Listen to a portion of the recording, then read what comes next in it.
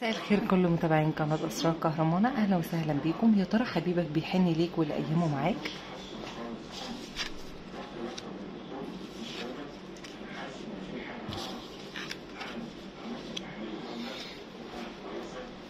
واضح إن الشخص ده متردد بنسبة كبيرة ومش شايف نفسه غلطان في أي حاجة. الشخص ده صعب إن هو يغلط نفسه في أي حاجة.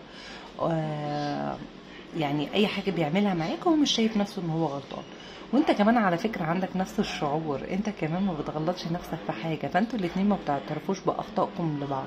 يعني انتوا الاتنين شايفين نفسكم ان انتوا صح وماشيين صح وان مفيش حاجة تقدر عليكم. طب يا ترى هو بيحن لك؟ الصراحة شايفة ان في مشاعر الغضب لسه قوية بينكم، بس من وقت للتاني بيحن لك، بس متردد ومش عارف يرجع ولا لا. يعني الشخص ده بالرغم ان وجود طاقة حنين جواه بتخليه يقول عايز يرجع، واوقات لا، بس النفور والغضب اقوى عنده، فهو متردد مش عارف هو عايز ايه. الشخص ده بيفكر بجدية في الرجوع وخلاص هياخد خطوة الرجوع، بيبتدي يحس ان لا، مش قادر ياخد الخطوة دي، فالشخص ده متردد. الابراج اللي ممكن تكون ظهرت معايا بقوة فهي الابراج النارية، وظهور قوي جدا لبرج الجوزاء. شكرا.